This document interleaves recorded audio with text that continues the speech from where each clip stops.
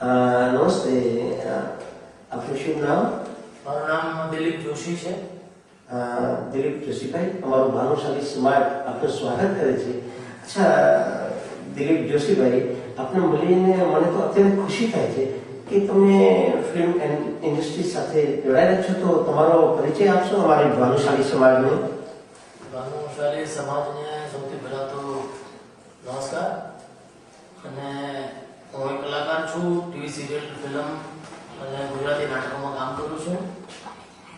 અને આજે અહીંયા માતાના મઠમાં વિશ્વાભાઈ સાથે ઓળખાણ થઈ, મુલાકાત થઈ અને એમણે કહ્યું કે આવી રીતે સમાજ માટે કંઈક, સમાજના યુવાનો માટે બે શબ્દ તમે બોલો.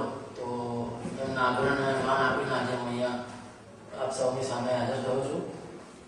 અને યુવાનોને ખાસ તો બસ એટલું જ કહેવાનું કે યુવાનો આજે ખૂબ ભણે, ખૂબ પ્રગતિ કરે, ખૂબ આગળ વધે, પણ સાથે સાથે થોડા આધ્યાત્મિક પણ બને અને માતાજીની જે કૃપા આપણી પર હંમેશા હોય છે એ સમજે કે આજે જે પણ આપણે આગળ આવ્યા છે, કે જે પણ સફળતા આપણને મળી છે, એની પાછળ આપણા વડીલોના આશીર્વાદ હોય છે, આપણા વડીલોની મહેનત હોય છે. આપણી મહેનત તો હોય જ છે, પણ આપણા વડીલોએ કરેલા પુણ્યને લીધે ઘણો ફાયદો આપણને મળતો હોય છે, જેની આપણને જાણ નથી હોતી. કારણ કે અત્યારે સમય એટલો ખરાબ છે કે ક્યાં મગજ આપણું યુવાનોનું ખાસ કરીને ગેરમાર્ગે દોરવાઈ જાય, ખ્યાલ ના આવે. તો જો માતાજીની કૃપા હોય આપણી ઉપર અને આપણા વડીલોના આશીર્વાદ હંમેશા આપણી ઉપર હોય, આપણા પૂર્વજોના આશીર્વાદ, સારા પુણ્ય કર્મ એમને કર્યા હોય, તો આપણને પણ સારું ફળ મળે છે. અને આશા રાખીએ કે આપણે પણ સારા કર્મો અને કરતા રહીએ તો આપણી આવનારી પેઢી ઉપર પણ એનો અસર પડે. તો યુવાનોને ખાસ મારે બસ એટલું જ કહેવાનું.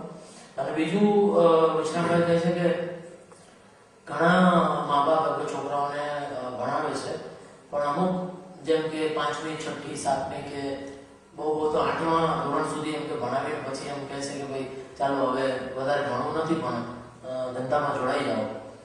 તો મારા હિસાબે એવું ન કરે અને છોકરાઓને આગળ ભણવા માટે પ્રોત્સાહન આપે તો એ વધારે સારું થાય. કારણ કે આજે ભણતર જ બધું જ છે. તમે જોશો કે ટીવીમાં પણ આપણી સરકાર જાહેર ખબર આપે છે. વચમાં તો બહુ મોટું ઝુંબેશ એ લોકો ઉપાડેલું કે માત્ર છોકરાઓ નહીં પણ કે વડીલો જે ભણ્યા નથી, કે જે અભણ છે, એ લોકોને પણ શીખવાડવાની, એટલે ભણવાની એ લોકો શિખામણ આપે છે. અને એ લોકોએ પણ એમ કે શીખવું જોઈએ, ભણવું જોઈએ, જેથી કરીને તમે પોતે સ્વાવલંબી બની શકો. તમારે કોઈની ઉપર આજે ઉધાર ન રાખવું પડે, આધાર ન લેવો પડે કે તમને કંઈ લખતા વાંચતા નથી આવડતું તો તમને આવડતું હોય તો એના ઘણા ફાયદા છે. એટલે છોકરાઓને પણ તમે જો આજે આગળ ભણાવો તો એના ઘણા ફાયદા છે. એટલે મારી એ જ વિનંતી, વિશ્રામભાઈની પણ એ વિનંતી છે કે છોકરાઓને તમે આગળ ભણવાનો મોકો આપો અને એનાથી ઘણો જ એમને ફાયદો રહેશે. પછી આટલું કહીને આપ સૌને વિદાય લઉં છું. જી, વિદાય લેતા સાથે પણ બે શબ્દ હું આપને કહેવા માંગુ છું કે અમારી સમાજ યંગ જનરેશન તમે સંદેશો આપ્યો, પણ મારા મનની અંદર એક ઉલ્લાસ અને ખુશી થાય છે કે માથે આશાપુરાના જીવનમાં સદાય કૃપામાન રહે અને આપણા જીવનમાં તરક્કી રહે. પણ તમે આપનો પરિચય અમારી સમાજને કંઈ આપો. શું છે ખબર કે સૂર્યોદય થતો હોય ને તો અજવાળું થતો હોય છે. કલાકાર નાનો હોય કે મોટો હોય, પણ એનું મહત્વ એ જ હોય છે. તો આપ પરિચયમાં હું આપને પૂછી શકું છું કે તમે કયા સિરિયલમાં અને કયા એ વિશે? હાલ અત્યારે સોની ટીવી ઉપર કુડકુડી હાઉસ નંબર 43 આવી રહી છે. પછી સીઆઈડી સ્પેશિયલ બ્યુરો એ પણ સોની પર આવી રહી છે. આજ કે જીવન શ્રીમતી સોની સબ ઉપર આવી રહી છે. અને એની પહેલા હમ આપકે કોણ પિક્ચર, હિન્દી પિક્ચર હમ આપકે કોણ 1 2 का 4, दिल है तुम्हारा, क्या दिल ने कहा, खिलाड़ी 420 વગેરે ઘણી પિક્ચરો કરી છે.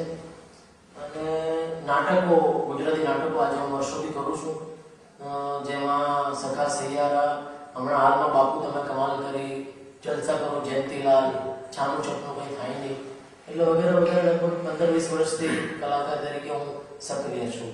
બહુ બહુ ધન્યવાદ. અને જેવી રીતે અભિનય સાથે તમે જોડાયેલા છો એટલે કહે છે ને, જે ચીજને આકાર આપે એને જ કલાકાર કહેવામાં આવે છે.